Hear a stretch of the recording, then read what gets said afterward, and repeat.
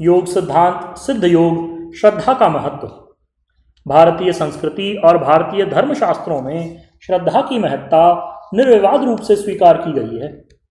जगदात्मा भगवान श्री कृष्ण ने तो बड़ी स्पष्टता से श्रीमद् भगवद गीता में अपने अभिमत को व्यक्त करते हुए कहा है कि श्रद्धामयोऽयं पुरुषो यो यच्छ्रद्धः स एव सः, अर्थात यह पुरुष श्रद्धामय ही है और जिसकी जैसी श्रद्धा होती है वह वैसा ही होता है। आगे उन्होंने कहा है कि श्रद्धा सब लोगों में अपने अपने सत्व के अनुरूप अर्थात प्रकृति या स्वभाव के अनुसार ही होती है। भगवान ने श्रद्धा को स्वभावजा बतलाया है। श्रद्धा त्रय विभाग योग नामक गीता के 17वें अध्याय में उन्होंने अर्जुन को संबोधित करते हुए कहा, त्रिविधा भवती श्रद्धा देहिनाम सा स्वभावजा सात्विकी राजसी चैव तामसी चेतिताम शृणु। यानी स्वभावतः प्राणी मात्र की जो श्रद्धा होती है वह सात्विकी राजसी और तामसी अपनी अपनी प्रकृति के अनुसार होती है। उसका वर्णन सुन। मनुष्य इसी अपनी अपनी सात्विक राजसी और तामसी श्रद्धा के अनुसार देवता यक्ष और राक्षसों के पूजन तथा अर्चन आदि कर्तव्यों के पालन में प्रवृत्त होते हैं। मनुष्य पूर्णतः श्रद्धा के अधीन होता है। मन के दृढ़ विश्वास का नाम श्रद्धा है। जिसकी जैसी मन प्रवृत्ति होती है श्रद्धा उसके क्रियाकलापों द्वारा उसी रूप में प्रकट होती रहती है। श्रद्धा में बल होता है।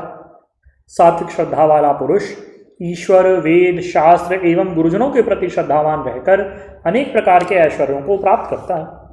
जीवन के परम पुरुषार्थ अर्थात मोक्ष को भी श्रद्धा के बिना प्राप्त नहीं किया जा सकता। श्रद्धावान लभते ज्ञानम, इस वाक्य के अनुसार ज्ञान या ज्ञान रूप ईश्वर की प्राप्ति श्रद्धावान पुरुषों को ही हो पाती है।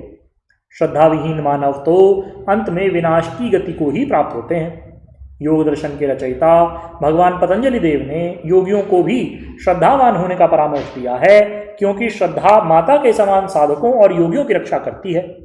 समाधिपाद के 20वें सूत्र में वे लिखते हैं, श्रद्धा वीर स्मृति समाधि प्रज्ञापूर्वक इतरेशाम, अर्थात दूसरे योगियों अर्थात जो विदेह और प्रकृति लय नहीं हैं उनको योग श्रद्धा उत्साह स्मृति समाधि प्रज्ञा से सिद्ध होता है। इसी से उपाय प्रत्यय कहा गया है। आप थोड़ा इस सूत्र की शब्द योजना पर भी विचार करें। उपाय प्रत्यय के हेतु वीर स्मृति समाधि प्रज्ञापूर्वक इत्यादि जो उपाय बतलाए गए हैं उनमें श्रद्धा को सर्वप्रथम स्थान दिया गया है। भगवान व्यासदेव ने आचार्य पतंजलि देव के इस सूत्र की व्याख्या लिखते हुए श्रद्धा की परिभाषा में अपने विचार इस प्रकार व्यक्त किए। श्रद्धा चेतसः संप्रसादः सा ही जननीव कल्याणी योगिनं पाति, तस्य ही श्रद्धानस्य विवेकार्थिनो वीरमुपजायते, समुपजात वीरस्मृति रूपतिष्ठते, स्मृत्युपस्थाने च चित्तमनाकुलं समाधीयते, समाहित चित्तस्य प्रज्ञा विवेक उपावर्तते, येन यथावद वस्तु जानाति तद अभ्यासात् तद विषयाच्च वैराग्यात् संप्रज्ञानः समाधिर्भवति, अर्थात चित्त की प्रसन्नता को श्रद्धा कहते हैं। ऐसी श्रद्धा से युक्त योगी ही इस योग का अधिकारी है। श्रद्धा माता के समान योगी का हित साधन करके उसकी रक्षा करती है। ऐसी श्रद्धा से परिपूर्ण योगियों को सत्य असत्य को जानने का उत्साह अर्थात वीर्य से ही साधना में तत्परता आती है। इसके पश्चात स्मृति के पश्चात चित्त की सावधानी तथा सावधानी के पश्चात सत्य असत्य के निर्णय की प्रज्ञा और प्रज्ञा के बाद असंप्रज्ञात समाधि की प्राप्ति होती है। इस प्रकार पतंजलि देव जी के सूत्र की भगवान व्यास द्वारा की गई व्याख्या से यह स्पष्ट होता है कि वीर स्मृति प्रज्ञा आदि सद्गुणों की प्राप्ति का आधार श्रद्धा ही है। श्रद्धा विहीन व्यक्ति वीर स्मृति प्रज्ञा आदि किसी सद्गुण को प्राप्त नहीं कर सकता। बिना सद्गुणों के विवेक ज्ञान प्राप्त नहीं हो सकता। श्रद्धा और श्रद्धेय का भी अभिन्न संबंध है। यदि श्रद्धेय के प्रति कामना रहित श्रद्धा मनुष्य के हृदय में हो तो शनै शनै श्रद्धेय के सब गुण श्रद्धावान में आ जाते हैं। श्रद्धावान का भी कभी पतन नहीं होता। जैसा कि हमने ऊपर लिखा है कि श्रद्धावान साधक की रक्षा श्रद्धा ही माता के समान करती है। किसी भी दशा में वह उसे संकटग्रस्त होने ही नहीं देती। ईश्वर का साक्षात्कार भी श्रद्धावान ही को होता है। हमारे देश के इतिहास में ऐसे अनेकों उदाहरण मिलते हैं जिनमें श्रद्धा के बल से ही साधकों ने अलौकिक ऐश्वर्य और असाधारण क्षमता प्राप्त की है। भगवान के प्रति अटूट श्रद्धा रखने के कारण ही उन्होंने द्रौपदी की उस समय रक्षा की, अपना करुणाकर बढ़ाया जब कुरुसभा में उन्हें बलात् वस्त्र विहीन करने की चेष्टा की जा रही थी। महाभारत के युद्ध में अर्जुन और भाइयों को विजयश्री प्राप्त हुई जब अर्जुन ने श्रद्धापूर्ण हृदय से करिष्ये वचनम तव ऐसा कहकर के विनीत भाव से अपना समर्पण किया। गुरु द्रोणाचार्य ने एकलव्य को बाण चलाने की दीक्षा देने से इनकार किया था, लेकिन एकलव्य के हृदय में द्रोणाचार्य के प्रति अभूतपूर्व निष्ठा और श्रद्धा थी।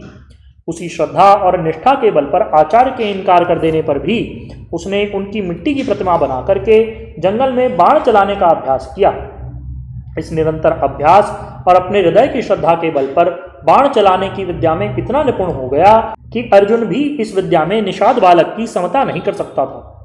यद्यपि गुरु द्रोणाचार्य अर्जुन को स्वयं अपने मुखारविंद से धनुर्विद्या की शिक्षा देते थे, जबकि एकलव्य ने यह शिक्षा आचार्य की प्रतिमा मात्र बनाकर अपनी श्रद्धा के बल पर प्राप्त की थी। इससे भी बढ़कर अपने गुरु के प्रति श्रद्धा का अपूर्व उदाहरण एकलव्य के जीवन से हमें उस समय मिलता है जब गुरु दक्षिणा के रूप में सीधे हाथ का अंगूठा मांगने पर उसने तत्काल उसे काटकर अपने गुरु को समर्पित कर दिया। ऐसा होता है श्रद्धावान और श्रद्धेय का संबंध।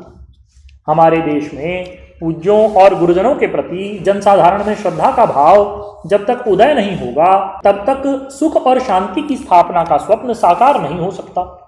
हम न केवल योग पथ के साधकों को बल्कि प्रत्येक उस व्यक्ति को जो अपने लौकिक और पारलौकिक ऐश्वर्यों की प्राप्ति में आगे बढ़ने की इच्छा रखते हैं, उन्हें यह परामर्श देना आवश्यक समझते हैं कि इस पथ पर चलने के लिए श्रद्धा ही उनका सबसे बड़ा संबल हो सकता है। ईश्वर और सद्गुरुओं के प्रति यदि वे श्रद्धावान रहेंगे तो दूसरे अनेक सद्गुण जो जीवन को उज्जवल बनाते हैं उनमें स्वतः ही समा सकेंगे।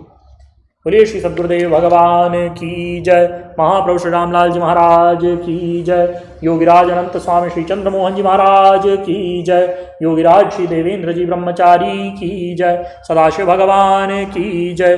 श्री वृंदावन बिहारी लाल की जय। शंकर भगवान की जय। हर हर महादेव।